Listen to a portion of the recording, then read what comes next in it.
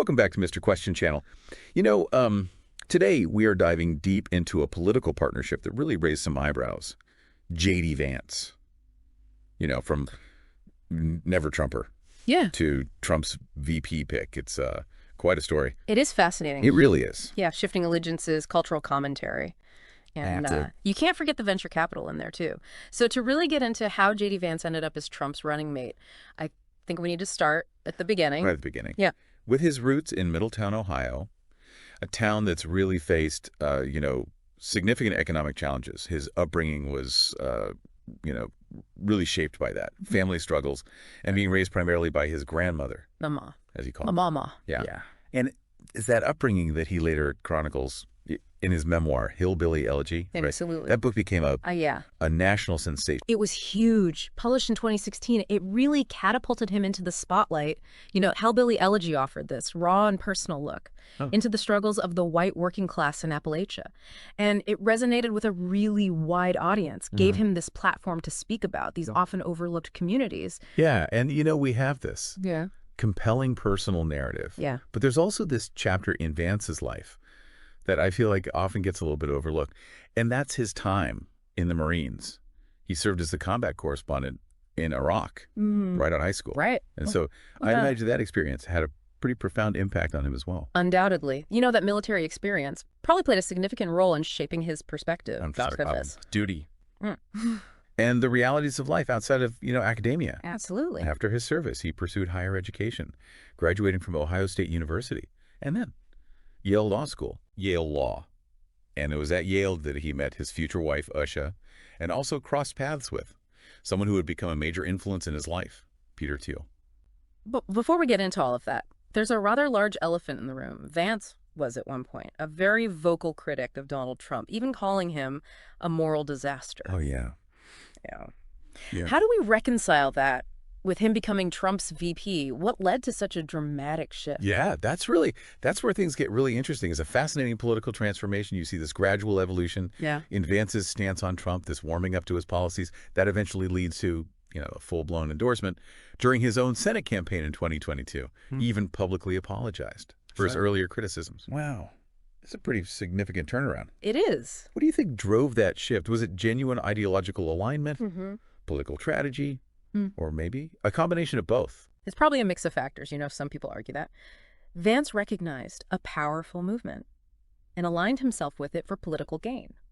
Others think that his change of heart was genuine, perhaps influenced by witnessing firsthand how Trump's policies resonated with the voters he understood so well, the very people he wrote about in Hillbilly Elegy. Right. Yeah, it's hard to pinpoint the exact motivations, but it's clear that his transformation played a pivotal role in his political trajectory, culminating in his selection as Trump's running mate. Precisely. Yeah. And we can't ignore the potential influence of Peter Thiel in this process. Thiel, a billionaire tech investor, has been a longtime mentor and supporter of Vance. Their relationship dates back to Yale Law School, and Thiel's backing, both financial and strategic, has been instrumental in Vance's rise. So from Never Trumper to Trump's right-hand man, JD Vance's story is already full of twists and turns. But to really understand why Trump chose him, we need to examine the strategic reasons behind that decision. Absolutely. And that's where we'll pick up next. From a purely strategic standpoint, JD Vance brought a lot to the table for Trump's 2024 campaign. His appeal to that key demographic, the Rust Belt voters in those crucial battleground states, was invaluable. Right. He could connect with those voters on a personal level in a way that a more traditional politician might struggle to do. Yeah. He understood their concerns, spoke their language, and could effectively translate Trump's America First agenda in a way that resonated with them. Exactly. And remember, by 2024, Vance was fully aligned with that agenda. He advocated for policies like strict immigration control and trade protectionism, hitting all the right notes for Trump's base. So we have electoral appeal, policy alignment, and let's not forget optics. At 40 years old, Vance brought a fresh face to the Republican Party, someone who could potentially attract younger voters and signal the changing of the guard, so to speak. Yeah, the new generation card is always a strong play in politics. Trump saw in Vance a triple threat, someone who could broaden his appeal, reinforce his core message, and present a more youthful image to the electorate. It was a calculated move, designed to maximize his chances of winning. And, it worked.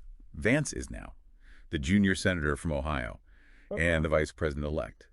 But let's rewind a bit and delve deeper into the relationship between Vance and Peter Thiel. You mentioned that Thiel has been a major influence in Vance's life. How did this connection, this mentorship, actually play out? Well, it all started at Yale Law School. Vance was captivated by this lecture that Thiel gave there. It sparked something in him, made him question his career path, and he really began to see Thiel as a mentor.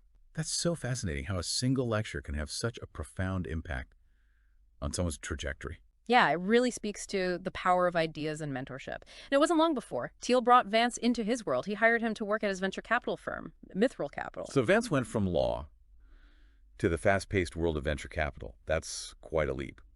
Was he successful in that environment? Well, accounts differ. Some suggest that he wasn't quite cut out for that, that cutthroat nature of Silicon Valley. But what's important here is the trust and belief that Thiel placed in him. He saw something in Vance, a potential that transcended the specific skills of venture capital. Yeah, and it seems that potential was realized in a different arena, politics.